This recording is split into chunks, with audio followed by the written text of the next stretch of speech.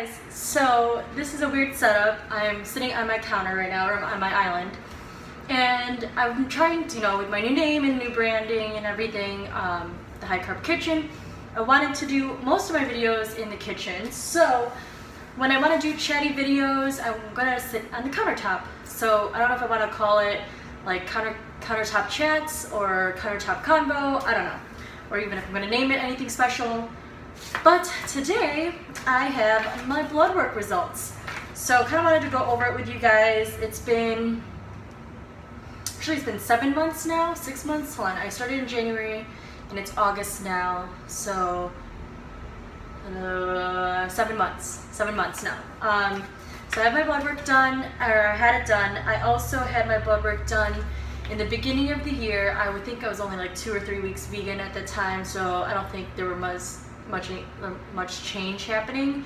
And I don't have those results on hand right now, but I do remember that, and that blood work was only like cholesterol and all that. So yeah, let's talk about it. So yeah, I got my cholesterol tested, vitamin D, glucose, all this other stuff, calcium, potassium, sodium, protein, white blood count, red blood count, my iron or hemoglobin, a bunch of stuff, vitamin B12 and folic acid. So, start with the good news. Pretty much out of all the tests, I only was off on 2 things. So, let's start with the good stuff though. Let's see. Common people usually think if you're vegan or vegetarian, you don't get a lot of protein or anything like that. Well, protein, let's see, where is it? Total protein. So the standard range is 6.1 to 8.1, and my protein's at 7.8. So it's kind of on the higher end of protein. And I don't supplement with, protein powder or anything like that. I just eat vegetables, and you guys know what I eat. I post it on here. So yeah, calcium is also another issue people think because of milk. I don't drink any dairy or eat any dairy.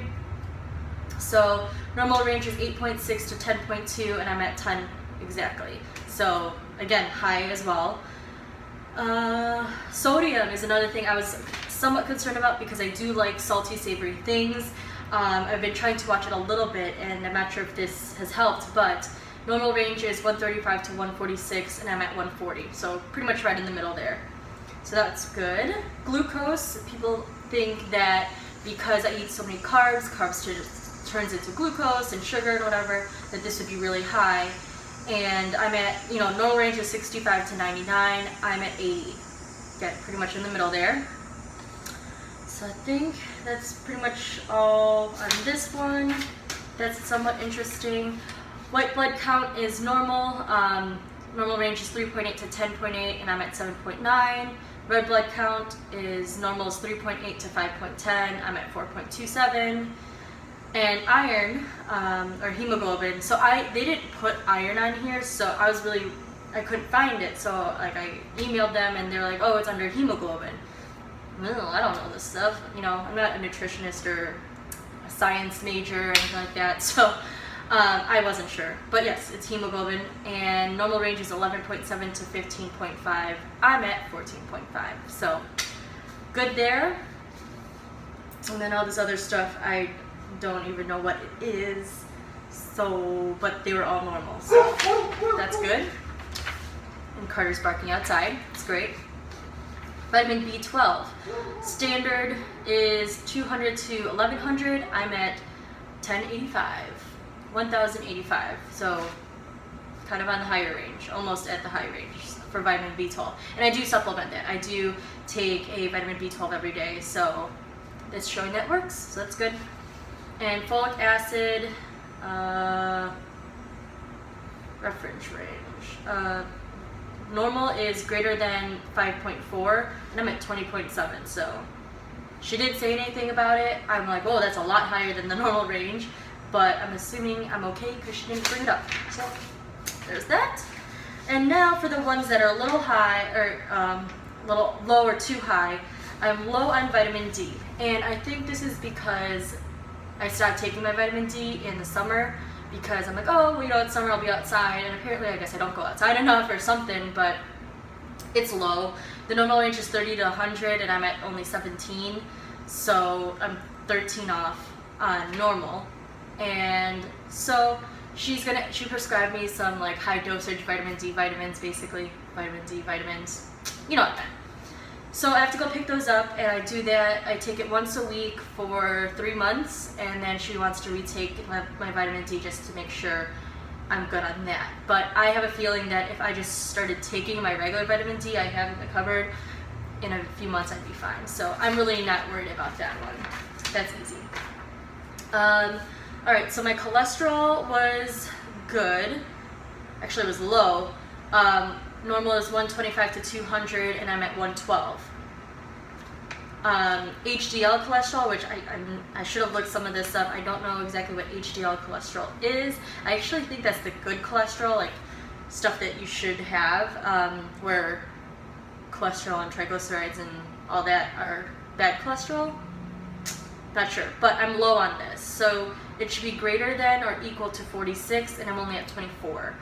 And then alongside that, my triglycerides are high, which my triglycerides were high in the beginning of the year. It's actually higher now, and I think, well, here, the normal range is supposed to be under 150, and I'm at 217, so it's very high.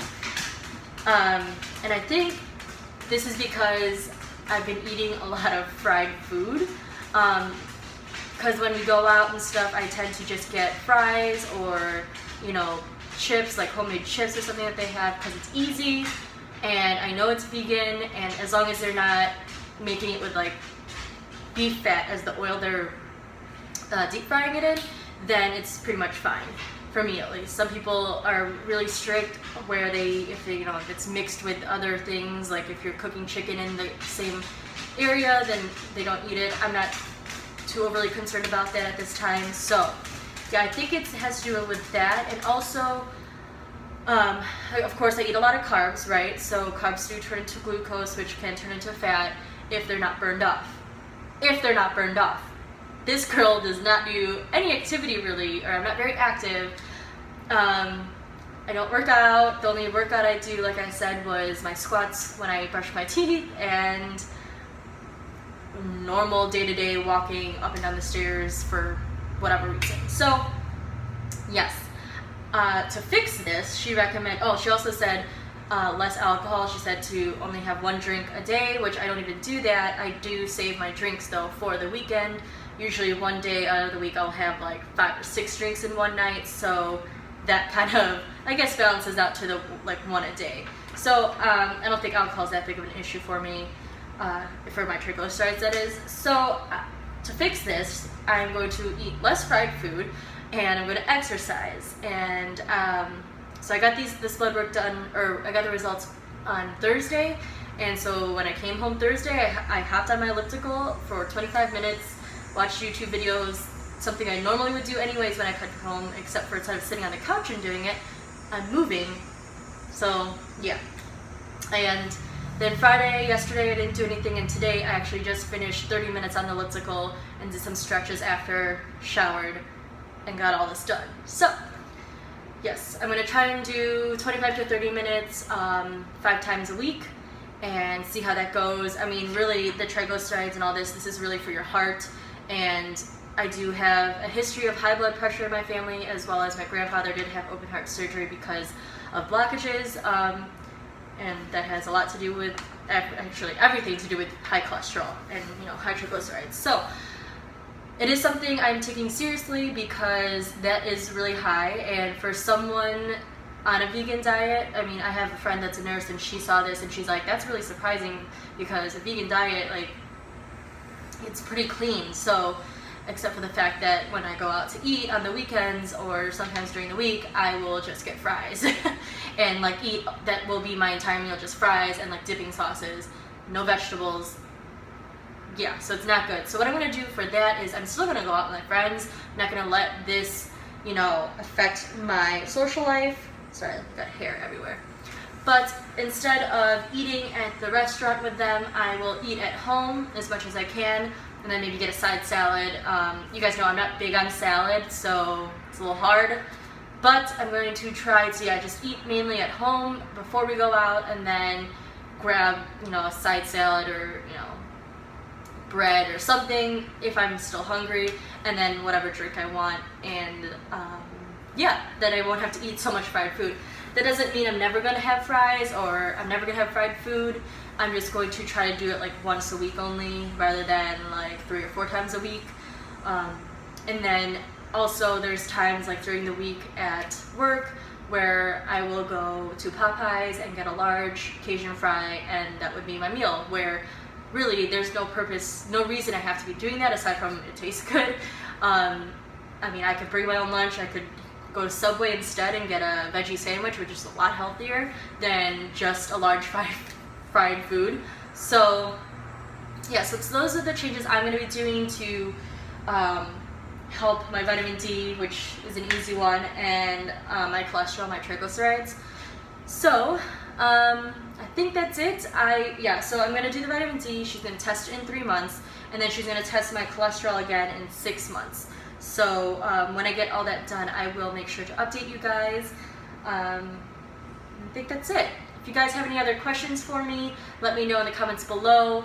Let me know what you think of my blood work. Are you surprised? Have you gotten blood work done? I really wish that I had gotten this blood work done, like this, like all of this done in the beginning of the year or before I was vegan, because I don't know where I stood prior. I know I didn't eat a lot of vegetables really when I was not vegan, so I'm sure I would have had some deficiencies in vitamins and nutrients. And I'm sure, my cholesterol and all that kind of stayed the same. It didn't improve too much. So, but again, I think it's because I like fatty food and fried food, and I need to stop that.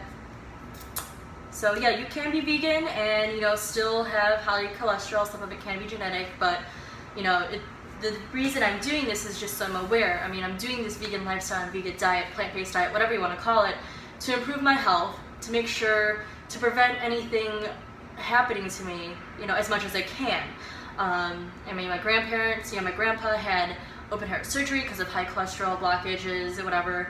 My grandma had breast cancer.